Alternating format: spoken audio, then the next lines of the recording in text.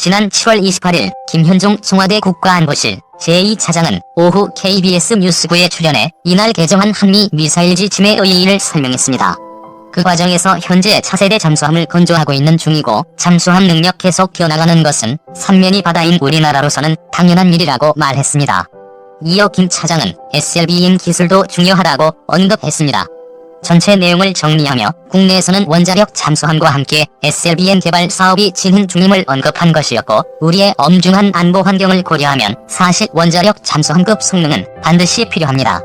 유튜브 채널 KRTV 뉴스. 본 포스팅이 도움이 되셨다면 구독과 댓글 요관심 표현해주세요. 원자력 잠수함을 대체할 수 있다? 또한 2010년대 이전까지는 한국형 원자력 잠수함이 필요하다고 강조했지만 현재 점차로 세상이 바뀌어가고 있습니다. 기술 발전, 무엇보다 민간 주도의 전기 자동차 발전으로 인하여 향후 2030년 정도가 되면 재래식 잠수함이 충분히 원자력 잠수함과 대등한 기동성을 확보할 수 있을 것으로 예견되기 때문입니다. 이러한 예견을 아마추어가 했다면 의심했겠지만 세계 최초로 리튬 전지를 개발함은 물론 리튬 전지 추진 잠수함을 최초로 건조해 배치한 일본 전문가들이 각계 전문가들의 의견을 종합해낸 결론입니다. 한국에 예산이 있을까? 무엇보다 국방부는 얼마 전에 한국형 경항공모함 건조 사업을 발표했고, 이에 추진을 위해서는 항모 건조비만 약 2조 원, 20대의 F-35B 도입에만 약 3조 원이 필요합니다. 여기에 조기 경보 체계와 훈련, 정비, 지원 체계를 모두 고려하면 최소 6조 원 이상의 비용이 소요될 것으로 예측됩니다. 즉, 정치권이나 해군, 국민들 모두가 원자력 잠수함을 원한다고 해도 현실적으로 인력과 예산 면에서 한계가 있을 가능성이 높다는 것입니다. 더욱이 향후 약 10년이 지나면 한반도 주변 작전만 한정한다면 충분히 원자력 잠수함과 동등한 작전 능력을 가진 재래식 잠수함 건조가 가능할 것으로 보입니다.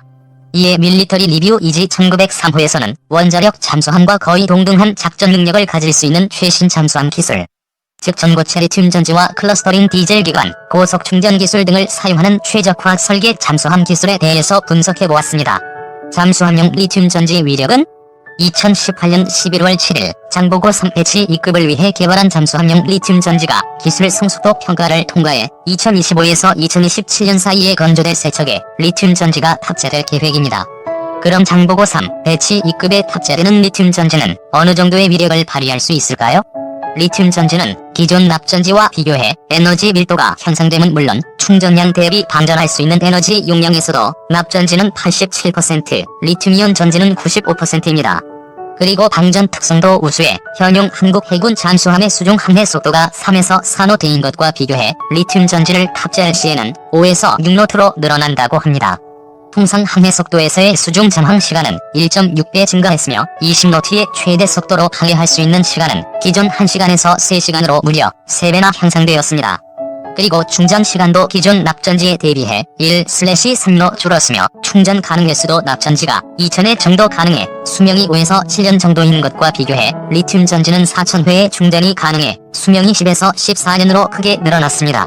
이외에도 리튬 전지에는 납전지와 같은 정기적인 증류수 주입이나 전액 확인이 필요가 없으며 수소가스 제거를 위한 환기시설, 납전지에서 발생하는 열을 냉각시키는 별도의 장치도 필요가 없습니다.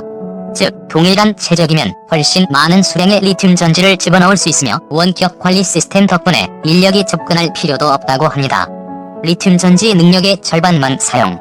한국형 리튬 전지를 개발한 당사자들과 대화하면서 필자는 한국형 리튬 전지 성능에 감탄을 연발했지만 뒤에 이어진 말이 더욱 걸작이었습니다. 한 화지상 방산 관계자는 이렇게 답했습니다. 여러 설계 제약으로 인해 리튬 전지 잠재력의 절반 정도만 사용할 수 있었습니다. 도대체 무슨 소리일까요?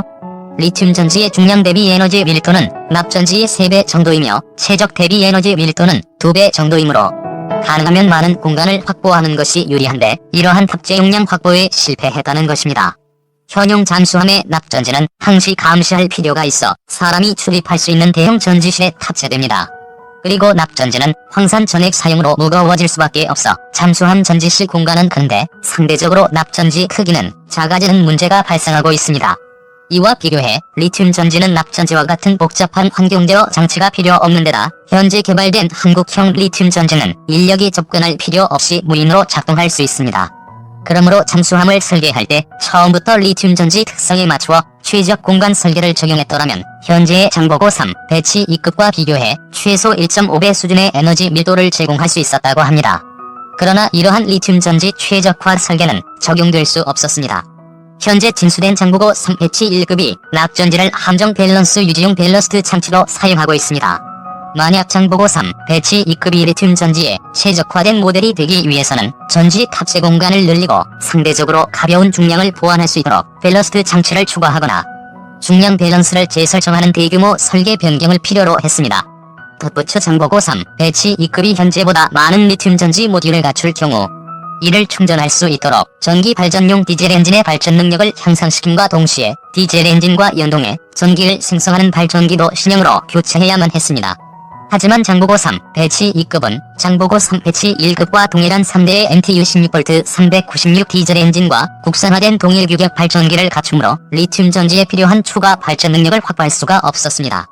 사실 이것은 국내만의 문제가 아니라 해상 자위대도 리튬이온 전지 모듈의 규격을 444X431X1647에 맵로 해서 기존의 오야시오급 잠수함의 낙전지 세를 1대1로 대체할 수 있도록 개발하였습니다. 그 결과 통상 수상함의 능력은 기존 낙전지와 비교해 1.5배 정도만 향상되었을 뿐입니다. 그 대신 일본은 2018년에 진수된 신형 5류급 잠수함부터 문제가 많은 스털링 AIP 엔진을 제거하고 그 공간에 리튬 전지를 추가로 집어넣어 작전 능력을 크게 향상시키는 최적화 설계를 적용하고 있습니다. 하지만 이것도 절반의 성공으로 한국처럼 기존 소류급 디젤 엔진을 그대로 사용하고 있어 실제 발전 효율 면에서 문제가 많은 것으로 알려지고 있습니다. 정리하면 현재 개발된 장보고 3 배치 2급용 리튬 전지는 잠수함 밸러스트용으로 사용될 수 있도록 현용 낙전지와 동일한 밸런스 특성과 중량을 가지도록 요구받았습니다. 그리고 해군은 현재 진수된 장보고 3 배치 1급에도 장정비 시기를 활용해 대규모 개조 없이 리튬 전지를 교환 장착할 수 있기를 원했습니다. 그 결과 리튬 전지 고유의 장점을 충분히 활용할 수 없게 됨에 따라 현용 낙전지와 비교해 통상 항해 속력의 지속시간이 1.6배 향상되는 수준에 멈추었습니다. 만약 리튬 전지에 맞추어 선체가 최적으로 건조되었더라면 이론적으로 통상 항해 속도 지속 시간은 약 3배, 20노트급의 최대 속도 지속 시간은 6배로 늘어났을 것입니다. 즉 20노트의 속도로 6시간을 달릴 수 있다는 의미입니다. 원자력 잠수함에 근접하려면 장보고 3 배치 2급은 리튬 전지 장착을 통해 상당한 작전 능력 향상을 이룰 예정이지만 그 수준은 감히 원자력 잠수함에 비교할 수준은 못 됩니다. 현재 안보리 상임 이사국과 인도가 운용하는 원자력 잠수함은 25노트 이상의 속도로 이론적으로는 무한대로 달릴 수 있기 때문입니다.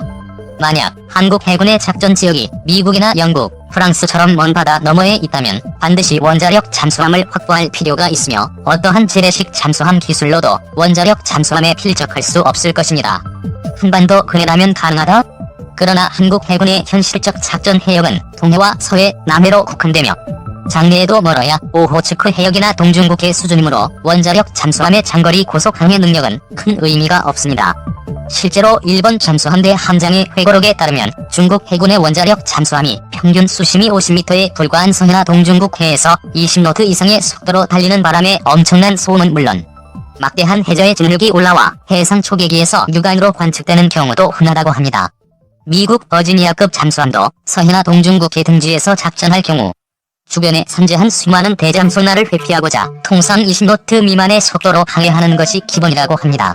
즉 한국형 차세대 재래식 잠수함이 20노트급 속도로 장시간 항해할 수 있다면 원자력 잠수함 능력을 충분히 추종할 수 있음을 뜻합니다. 20노트 속도로 몇 시간이나?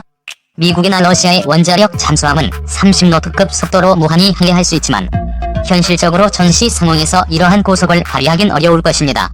속도가 20노트가 넘어가면 최신 펌프 제트로 항해하는 버지니아급도 장거리에서 발각될 수 있는 데다 설사 발각되지 않더라도 소나의 수신 능력이 형편없이 낮아지므로 수상이나 수중 표적을 제대로 탐지할 수 없기 때문입니다. 미국 원자력 잠수함에 탑재된 TAS 소나의 이론적 탐지거리는 100km 수준이지만 현실적으로 제대로 거리 및 방향 측정이 가능한 거리는 길어야 70km 수준, 그것도 15노트 정도로 항해해야만 최적으로 사용할 수 있습니다. 다행스러운 것은 수상함대도 자신의 소음을 낮춤과 동시에 소나 능력을 사용하고자 통상 15에서 18노트로 작전하는 경우가 대부분이므로 원자력 잠수함은 20노트급의 속도로 적이 수상함을 추적할 수 있습니다. 수상함대는 필요시 지그재그 항해로 방향을 속이거나 원자력 잠수함의 신해역이라면 30노트 이상의 고속으로 통과하는 방법을 사용할 수 있습니다. 그래서 원자력 잠수함일지라도 반드시 정찰위성이나 정찰기와 같은 외부 감시 체계의 도움이 필요하며, 실제 영국 원자력 잠수함 컨코더함이 아르헨티나 순양함 벨그라노함을 격침시킨 것도 정찰위성의 도움을 받아 공격에 성공한 사례였습니다. 이는 다른 의미로 최신 재래식 잠수함이 6시간 이상 20노트의 속도로 항해함과 동시에 얼마 전에 국내에서 개발한 범상어와 같이 50노트 이상의 속도와 50km급 사거리를 갖춘 중화대를 운영한다면 40에서 50km 거리 안에서 적 수상함대를 공격할 수 있음을 뜻합니다. 또한 통상적으로 최신 재래식 잠수함의 건조비와 운용비는 동일 배수량을 기준으로 원자력 잠수함의 1월 2일 이하에 불과합니다. 그리고 상대적으로 부족한 속도는 척수 증가를 통해 충분히 커버할 수 있으며, 향후 원자로 처리 비용을 고려하면 건조비가 1/3로 준다는 보고서도 있습니다. 물론 현존 재래식 잠수함 중에 위의 능력을 확보한 잠수함은 없지만, 일본과 국내 전문가들 모두 최적 잠수함 설계와 리튬 전지 발전 덕분에 향후 2030년대 이후가 되면 강력한 추진 성능 확보가 가능할 것으로 보고 있습니다.